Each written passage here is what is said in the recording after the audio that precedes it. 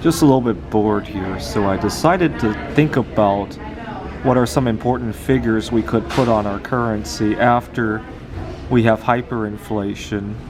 So right now as I record this, we have the highest inflation rate in 39 years, if I remember correctly.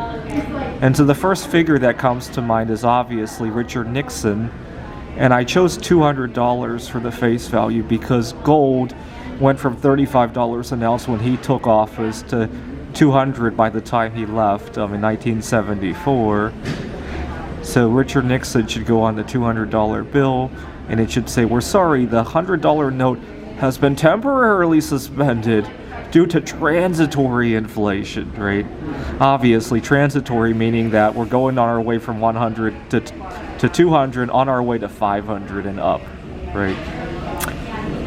When George W. Bush was president, gold went from $250 an ounce when he took office to a high of over 1,000, and we should put on the note a reminder to go shopping, because otherwise we might have additional terrorism, right? That's his logic, at least, right?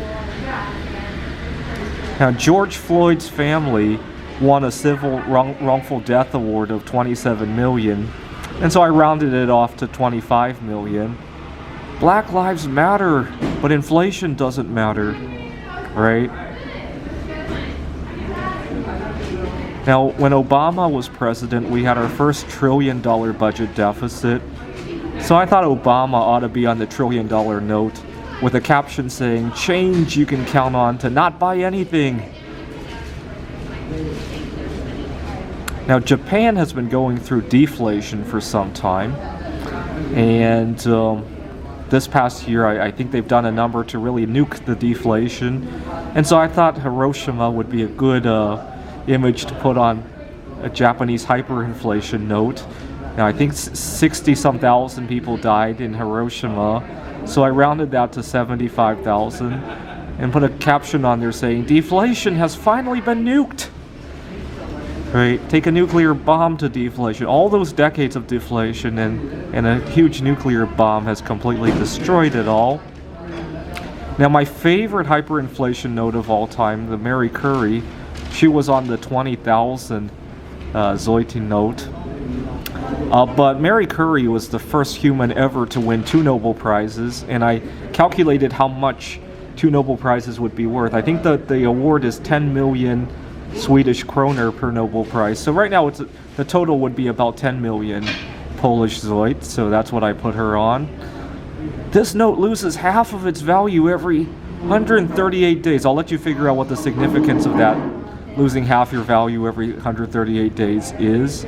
Something to do with Mary Curry. Leave a comment if you figured it out. But inflation that causes money to lose half of its value every 138 days is pretty mild, right? I think by the time she was on the 20,000 Zoid, it was losing half of its value at least once a month, right? Now, modern day Mary Curry, Evelina Falinta, I like her because of, actually we're Facebook friends if you can believe it. She's the second place runner-up of Polish Idol Season 1, and I like how she doesn't let being single get in the way of her career, and I told her that, and she promised to write a song about it, actually. And she agrees with my philosophy that being single is like having 8 billion partners. I rounded it up to 10 billion. By the time we have hyperinflation, it might as well be 10 billion anyhow. And just like at the time of Mary Curry, women were not very well accepted, right? Part of the reason she had such a struggle to get where she was because this was a male-dominated environment at the time, right?